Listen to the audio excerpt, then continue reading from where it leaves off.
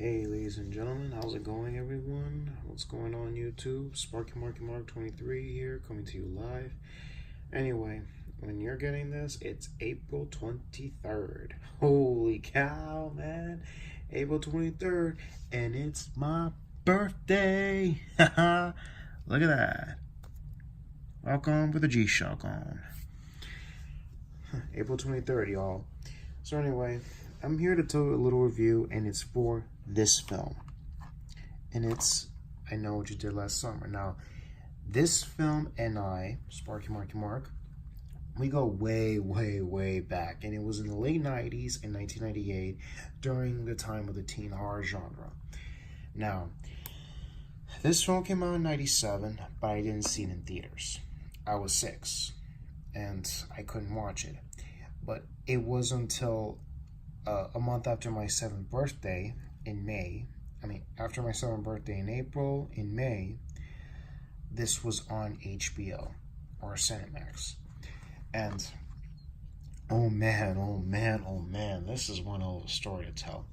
My folks, my Mima was about a few months she was pregnant at the time with my sis. And I was still in elementary school, and my grandparents were babysitting me at the time, and my mom and dad went to a dinner party, and I was at home. I was done with homework, I was done with dinner, showered, and I was sticking to watch TV for the rest of the evening. Oh wow, cool. So anyway, what happened next is I stuck to Cartoon Network. The next thing I know, I'm channel surfing, and this aired. This was on. Oh my god! What the heck did I just watch? And it was awesome. I saw this film a few months before the sequel came out, but I didn't see that one in theaters until it aired. But I'm not going to talk about this, I'm talking about this film. And also, 2 months before my sis was born, and 3 months before the airing of the Powerpuff Girls came out. Oh man. And also, there are 3 special features. You have the director's short film. It's Jim Gillespie's short film that he did called Joyride. Now, Joyride is a good short film, and you guys gotta check it out online. Or you just get your hands on this Blu-ray, or try getting it, of course. And it's one critic said that this short film is kind of like Die Hard in a car trunk. Well, no pun intended there, but there's no gunfire. Only thing there is that this worker, he's done with work for the evening and he's heading home for dinner. Next thing you know, he sees a body down the road, and then next thing you know, that body wakes up, and then another person is behind him, and then he's knocked unconscious, and next thing you know, he wakes up in the back of the trunk of the car. Next thing you know, they're in high-speed chase, and then the trunk opens up, and he's saying help, screaming, and he has to get from his tool belt to cut the rope that they tied him on. And I'm not going to spoil way too much on this short film, but check it out, man. It's a good short film. No lie, no pun intended. Second feature is Now I Know What You Did Last Summer. And it's a 33 featurette with the director Jim Gillespie, producers Eric Fig and Stokely Sheffing, and also Kevin Williamson, and actress Jennifer Love Hewitt and Anne Hay are interviewed. So by that point, Stokely Sheffing mentions that when she was in 5th grade, her teacher told her classmate about this book by Lois Duncan, and it was I Know What You Did Last Summer. Here she is, but she's not interviewed. After the film came out and everything, the writer, Lois Duncan, was disappointed. Very disappointed that her film got turned into a slasher film. And it was the wake of her daughter's death that happened in 1989 when she was 19. And man, it was very bummer, but some people liked the movie. Now I'm hearing a word on the street about a remake. Maybe it's going to be faithful to the book, not a repeat of this film. Course, not a repeat, but at least faithful to the book. So anyway, what happened is that they talk about a lot of things, and at the time, Jennifer Love Hewitt, who was a young actress at the time, who worked in a TV show called Party of Five, with some good actresses and actors in it, especially, of course, Neve Campbell. But I'll get to that in a moment. But Kevin Williamson was involved in writing the script for the film because of his involvement in Scream with, of course, Neve Campbell, who was also in the TV series with Jennifer Love Hewitt, Party of Five. So, coincidentally, Kevin Williamson was involved with two actresses from that show. But also, he was the man behind Scream that goosed up the horror genre and gave us the horror that we love today.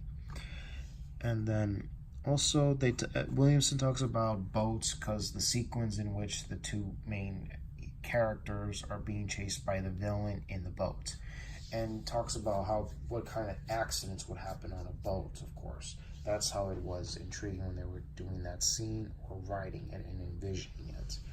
That some things do happen on boats, some things that don't happen on boats is what you expect. Also, here's the Blu-ray. I'm gonna open what's inside. Here's the disc. Very good one, though. Also, you have this little booklet called the High Def Movies. Right around that time, Blu-ray was starting getting all the raves back then, even when I was in school. Good resolutions, blue meters, good transfers, nothing crappy. Or Shetty, for that matter. Wow.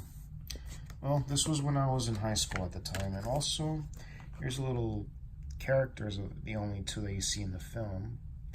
The Barry character and the Max character, played by Ryan Philippines and Johnny Galecki.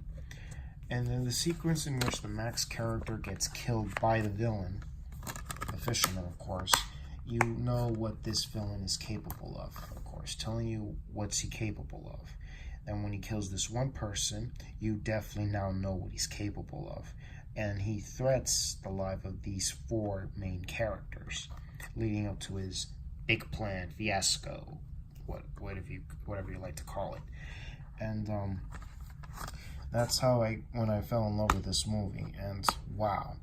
And I would often ask my classmates or any of my friends or their families, say, well, as little boys and girls, why did you watch the Powerpuff Girls? The quickest answer, some people would say, the graphics, the girls are cute, this and that, I'm a fan, I love the show. I love the show, but to me, I'll give you my reasons. Why did I watch the Powerpuff Girls? Because of the what? Monsters and villains is why I watch the Powerpuff Girls. And that's how I liked it. And also, this is a great film, but unfortunately, this Sony edition, it's gone out of print. You can still find it, but as long as you don't get it for big-ass money. Or just wait, pray, and see if Scream Factory or Arrow Video can get the rights to this film and give us new special features and give us the same special features that are in this edition and give it more restorations like it was in the 90s. But the transfer in this movie is great. There's nothing crappy about it. There's nothing shitty. There's nothing bad about it. But also, this edition is all region, A, B, and C. It can play anywhere around the world. So kudos to those who have it. And I still have the DVD that my aunt gave me when I was in high school at the time. Not bad, huh? And also the third special feature I forgot to mention, thank God, is the music video by Kula Shaker with Hush, Hush, I know you're heard my name now, Hush. Okay, there is another version of that song, but from the 60s. So, now you have it on this. And now, you have three special features. Not bad. Even with the audio commentary with editor Steve Merkovich and Jim Gillespie. And they tell you they wish. Good night, Dad. Love you too. Anyway, sorry for the interruption, folks. But anyway, I have to head to bed now. But, you can see here, So anyway, I hope we get another release soon. There is a Mill Creek edition, but it's all bare bones. All you get is the trailer, that's it. You don't get the features that are in this film. And also another thing, the producer who was involved in the, or is it executive producer or the representative of this movie, but it's Neil H. Moritz. Here he is. And he was involved in the sequel, and he was, in 1992, he was involved in the movie Juice, then did this and did other films, and involved in the Fast and the Furious franchise and Triple X films, of course. The Triple X film starring Samuel L. Jackson. So, now you know. This is a great film. It's very suspenseful, frightening machine. Man, oh man, get your hands on this. And, wow. And when I wanted to rent this, too bad it wasn't on, and too bad I couldn't rent it because I was just a kid. My parents wouldn't let me buy it until I was in my teens, and I already showed you that DVD copy. Then I got this. So now you know why I like the film a lot. And this is my childhood, ladies and gentlemen. This was my very first horror movie to watch. So now you know. Good spine. Great back wall. Man, I wasn't even aware this was going out of print. Really, I don't feel sorry for anybody who has this or got the DVD double feature pack with the two Blu-ray, the two DVD case along with the films in the cases with behind the scenes feature and everything.